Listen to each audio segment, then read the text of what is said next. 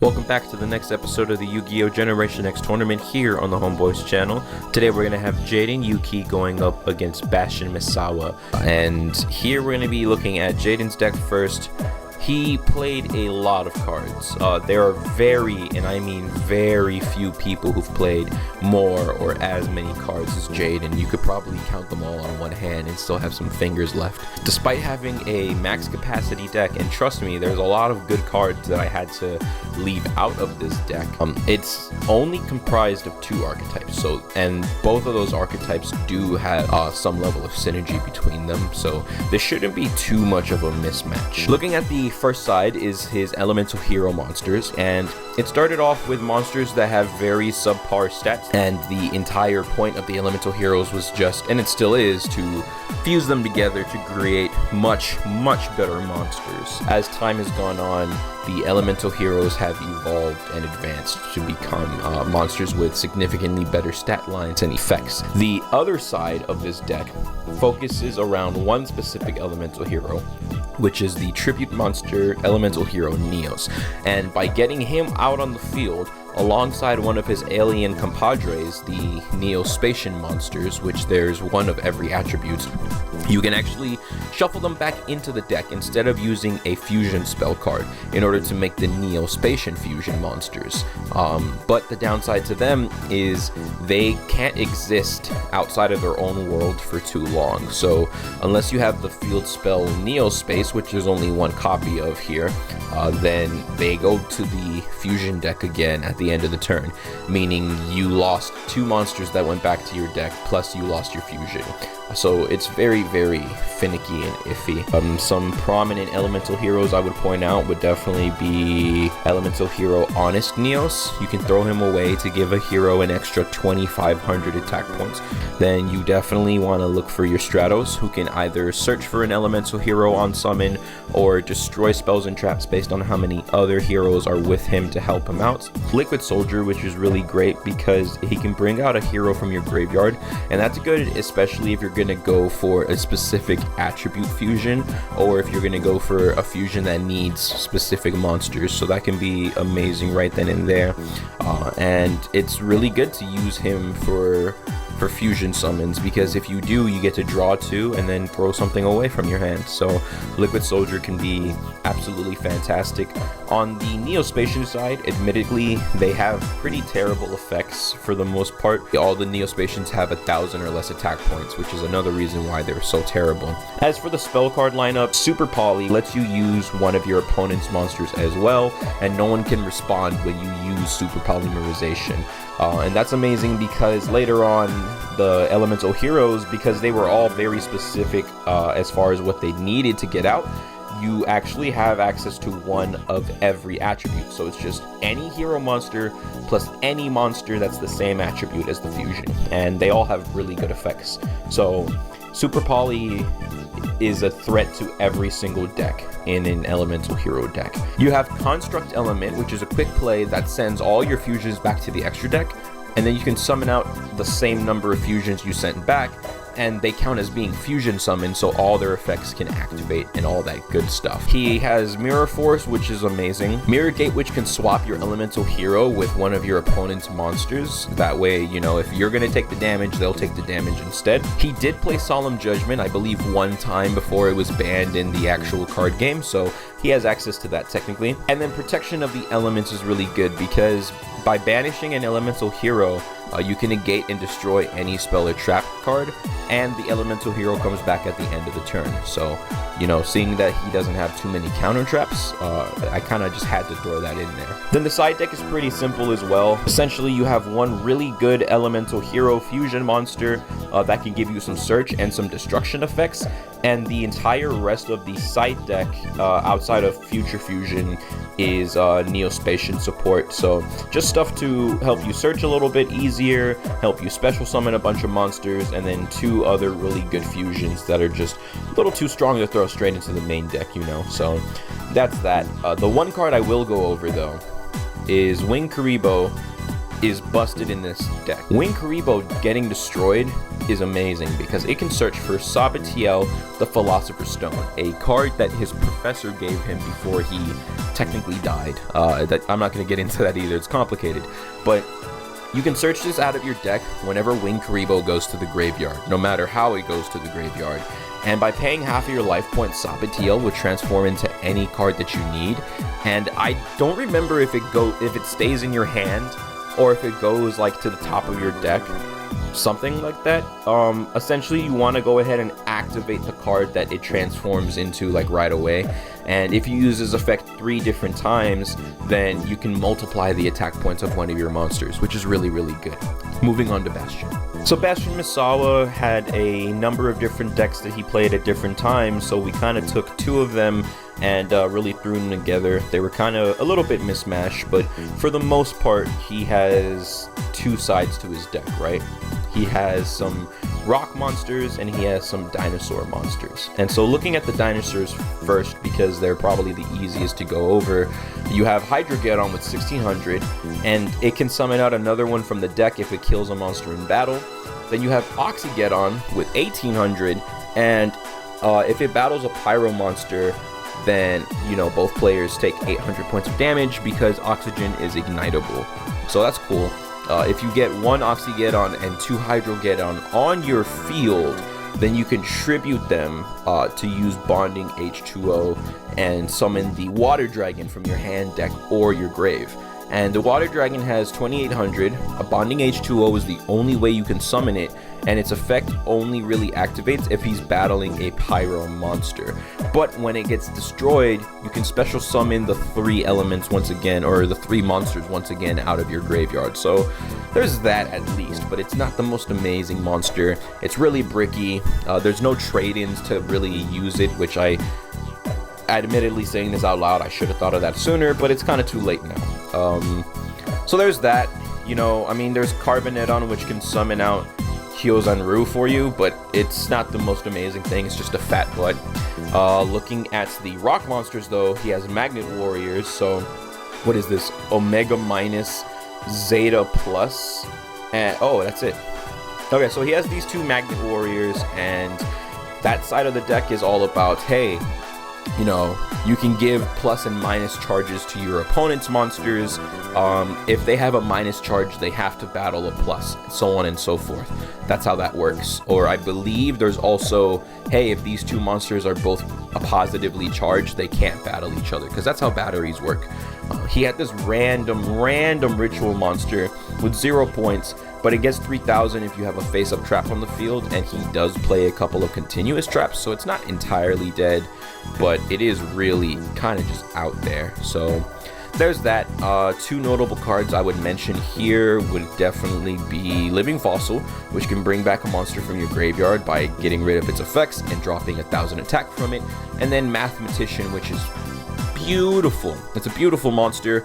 You can throw away any card from your deck when you normal summon it, not special, and when it dies you get to draw a card. So the ability to stack your graveyard with anything you could ever need, or to say, hey, I'm not going to want to draw this spell card next turn, so let's just get rid of that entirely, is really beautiful. As for the Xyz, it's kind of random. I just threw in some rock and some dragon monsters that he could potentially summon, because these are all rank 4s, but I don't know, they're just kind of there as a potential option. They're not necessarily viable or entirely useful for the deck. It's just utility. The side deck though focuses entirely on the water dragon aspect of the deck. You actually get the Deuterion, so that can go ahead and search for bonding cards for you, and it can actually let you bring out some Hydrogeddons and some Oxygeddons to make the bonding H2O a little bit easier. You also get the bonding D2O, which is going to go ahead and let you tribute 2 Deuterions, and if I'm saying that wrong, I apologize, and 1 Oxygeddon, not just from your field but from your hand as well, so that's an instant improvement. And you can either summon the Water Dragon or the Water Dragon cluster from your hand, deck, or graveyard, and then it'll be treated as bonding H2O as well, so you don't have to worry about that downside whatsoever. It has a graveyard effect to like search something for you or whatever. Water Dragon cluster is a significant improvement. The stat line is exactly the same, but on special summon, right, effect monsters that your opponent controls automatically lose their effects until the end of the turn, and their attack points go down to 0. And during either player's turn, you contribute the water dragon cluster in order to bring out 2 water dragons in defense mode, even though you're technically not allowed to special summon them, which is it's just so much better. It's nice. To search for this new dragon here, or dinosaur, excuse me, or yeah, no, just to search for this guy, you have the 3 fossil digs. That's really it. He did play Cursed Seal of the Forbidden Spell against Jaden to lock up his fusions, so you have to throw away a spell card, which you have plenty of, in order to negate a spell card, but no one, or your opponent I should say, can use that spell card for the rest of the duel. So it's actually really funny that Bastion gets paired up against Jaden, because that's probably the only opponent that this trap card is going to be really viable against. But that's it for both of these decks. Let the duel begin. Let's go ahead and kick off round 1. It looks like Bastion's going to take the first move, and he's going to open up with the Mathematician, so he has access to a lot of different stuff that he probably won't want to draw, or that he's just not going to need whatsoever. And it looks like he's going to choose to throw away Carbonate on. So Carbonate, I'm sitting in the graveyard now, can go ahead and use its effect in order to summon out the Hyozanru. Unfortunately, looks like that was already in his hand, so it would have been nice if it was in the deck, but whatever. He has a fat 2800 defense out on the field, and a monster that can let him draw another card when it dies, so pretty good start here. Jaden, however, is actually going to go ahead and start off with Bubble Man, and the anime effect of Bubble Man is when there are no other cards on his field, he can go ahead and draw 2 cards, so that really, just the odds of that happening are absolutely gorgeous. He's going to go ahead and set 2 and activate Skyscraper, and Skyscraper is a key card because when your elemental hero fights a monster that's stronger than it, your hero will get 1000 attack points. And the difference between this and the real Skyscraper is that this happens during both players' turns, not just yours. So unless Bastion brings out a monster with 1900, he won't be able to get over this little 800 Bubble Man. So there goes Mathematician, but you do get to draw a card, and he gets into the Hydrogeddon there, and there's the Bonding H2O, so once he gets an Oxygeddon, that'll be live. He summons another Mathematician to really get through his deck and help him draw again, but Jaden's going to actually go ahead and activate the Solemn Judgment here. So paying half of your life points, you can negate almost anything in the game with this trap card. So there goes the Mathematician, and there goes the Bubble Man, which the Hyozanru is just barely strong enough to kill, which that's kind of sad for a level 7, but it is what it is.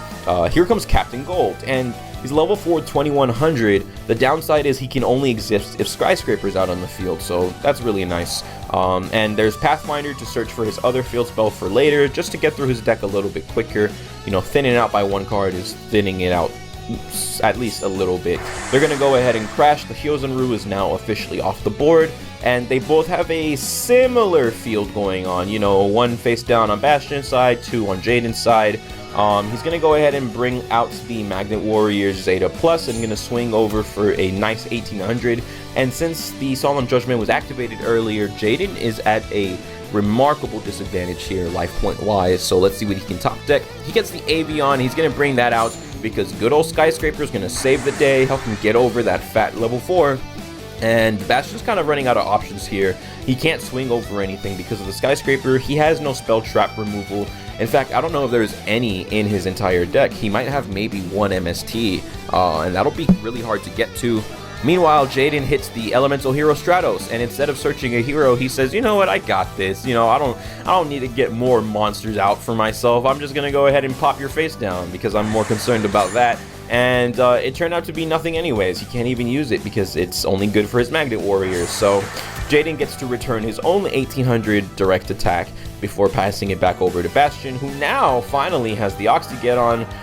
It's a little too late because, you know, one of his Hydrogeddons is dead, the other can't do anything because of Skyscraper. And even here, when he's trying to suicide to try to clear off the strong monster, Jaden has the Soul Union. So he's going to target a monster. He chooses Captain Gold, and he turned, or he added that 2100 to Stratos' attack points. So, you know, Bastion really fell for that one. Thankfully, it's only till the end of the turn. Gonna go ahead and set that Mirror Force really quick and just swing in for a lot of damage here. If he had 1 more face down, that would have been game right here. but it doesn't really matter because it looks like he has another card that only works with the magnets. So gonna just Hydro get on here, swing, and it doesn't matter because the Mirror Force. So that's it. Bastion surrenders the first turn, or the first round. Moving on to round 2. Alright, round 1 was incredibly one-sided. Hopefully round 2 goes a lot better. He sets just a single monster before passing it over to Bastion, and Bastion opens up with a Deuterion. So here comes Bonding DHO, and that is similar to the other bonding cards, but it lets you shuffle from the hand or the graveyard into the deck, so that's cool. He's going to go ahead and use Fossil Dig to grab one of his dinosaurs. So there's the Oxygeddon now. He has 2 of the materials for his Water Dragon cluster. Here comes the Mathematician once again. He's going to throw out a DHO to use its graveyard effects to search for the Water Dragon cluster. Okay, that's pretty nice, pretty nice. He's gonna set that DHO from his hand. He takes 500, and this is double bad because not only is it a 2000 monster that Bastion can't get over very easily, but during the start of Jaden's turn after he draws, he can search for polymerizations from his deck or from his graveyard.